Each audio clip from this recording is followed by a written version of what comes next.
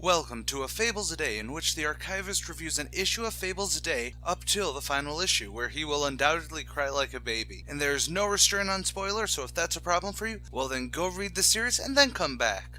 On with the show. Fables number 47, The Ballad of Rodney in June, Part 2, in which there are consequences for forbidden love. So Rodney is now writing in a journal to continue the narrative style from the first part.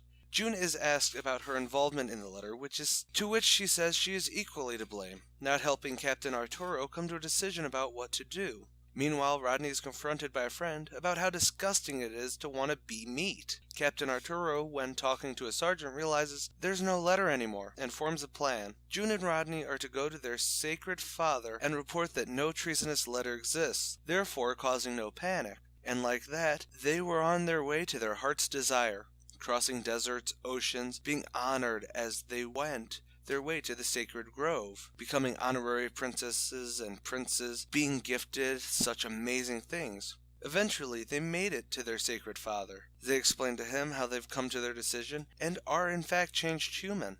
They are married by the emperor himself, with all the pomp and ceremony involved. Then eventually, June is with child. At this time, the Snow Queen comes to them to repay their debt. They are to be sent to the mundane world and spy on the Fables, or worse, as instructed. June has no idea what they'll tell their child when the time comes. Would it be the truth of their miracles, or should they be raised as some ordinary spoiled child, ignorant of the worst parts of the world? June wonders this and cries. She missed not crying as a wooden doll.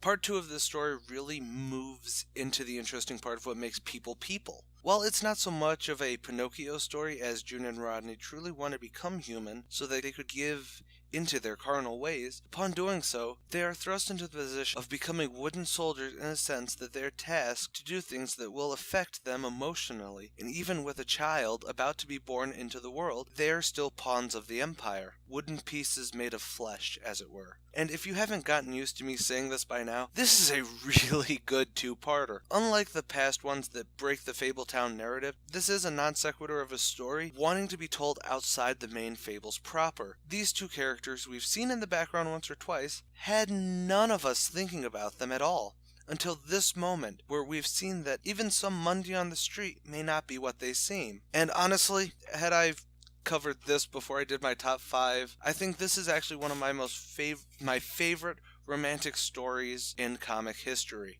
I'll gush about that next Valentine's Day probably. Next time on A Fables a Day, we get to see what Mowgli's doing in another two-parter.